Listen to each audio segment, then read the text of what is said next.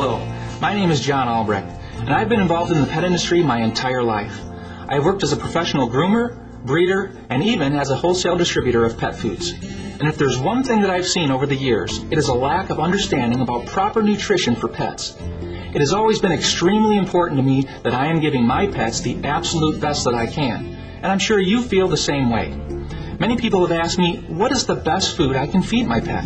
And that's why I'd like to talk with you today about Life's Abundance Holistic Pet Foods for Dogs and Cats. In all of my years as a pet professional, I have never found a better formulation. But before I share this incredible new product with you, I want to give you a basic understanding of the evolution of pet foods and why there is such a great need for a product like Life's Abundance.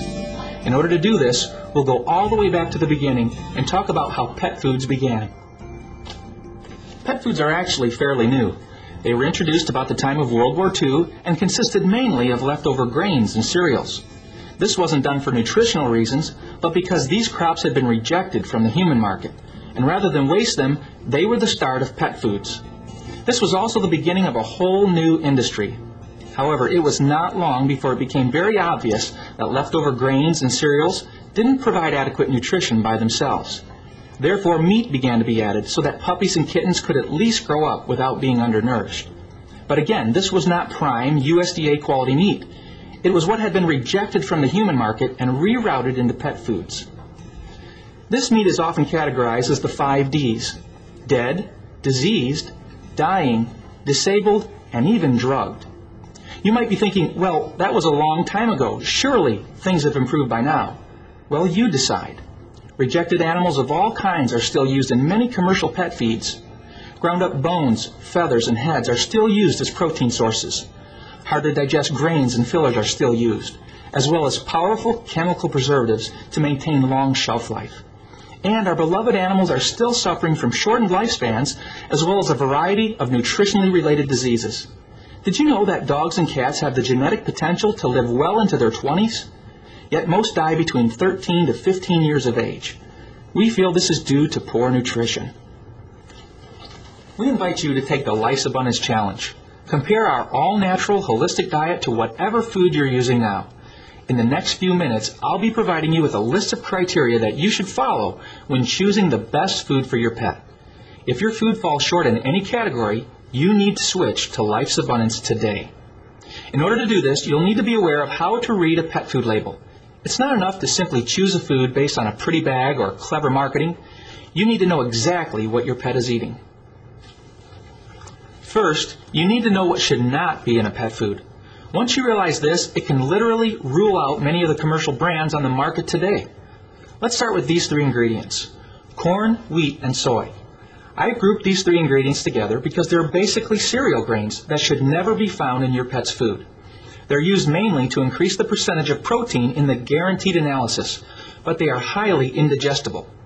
Indigestible proteins cause stress on the kidneys, and once your pet reaches 5 to 6 years of age, it may be considered a senior. Why? Because of all the stress placed on the kidneys through low-quality protein sources. But these ingredients are also known allergens. Corn is thought to be the number 3 causing allergen among dogs and cats. Do you know any pets with allergy problems? Many pets with allergies often wind up on drug therapies, when all they may really need is a better diet. These ingredients come in a variety of names, such as ground yellow corn, corn gluten meal, whole grain corn, ground whole wheat, whole grain sorghum, wheat flour, and others. This renaming is usually done to hide the fact that these cereal grains may actually be the main ingredient when combined together.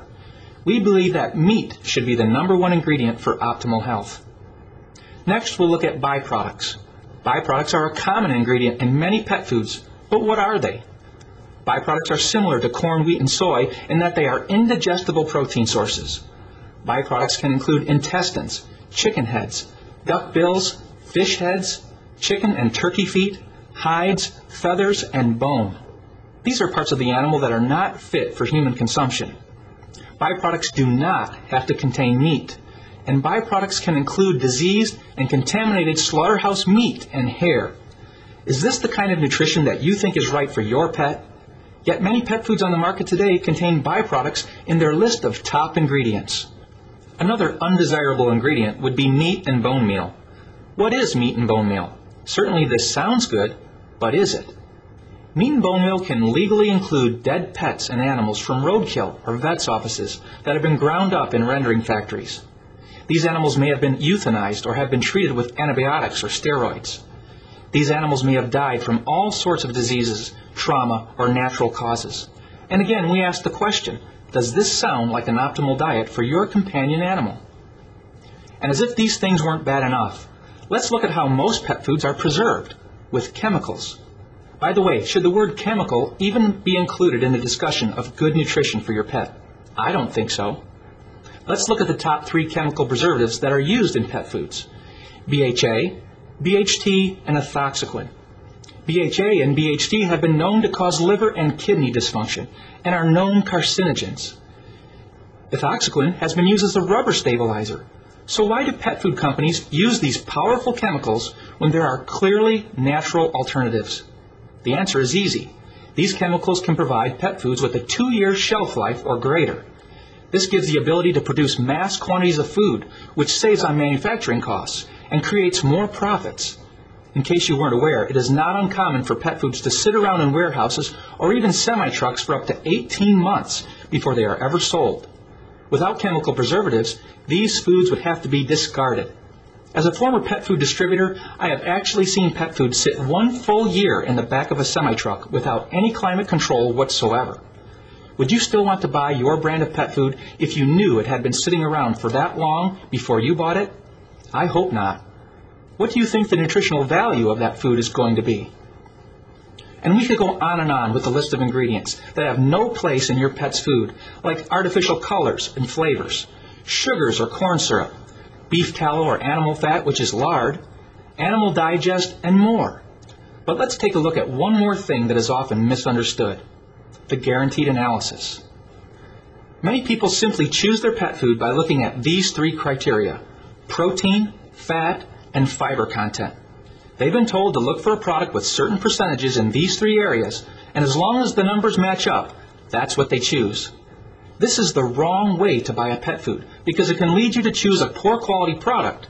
It's easy to create the correct analysis with cheap ingredients. Let me give you an example of what I'm talking about. Let's say that I wanted to create my own pet food as cheaply as I can. I could get plenty of protein from a leather shoe. I could get enough fat from a can of oil. And I could get the correct percentages of fiber from peanut shells. So would you like to buy my new food? Of course not. Why? Because you would never think of giving your pet indigestible ingredients like a leather shoe, motor oil, or peanut shells. And yet most people don't think twice about feeding their pet corn, wheat, soy, byproducts, beef tallow, and other ingredients that we've already discussed.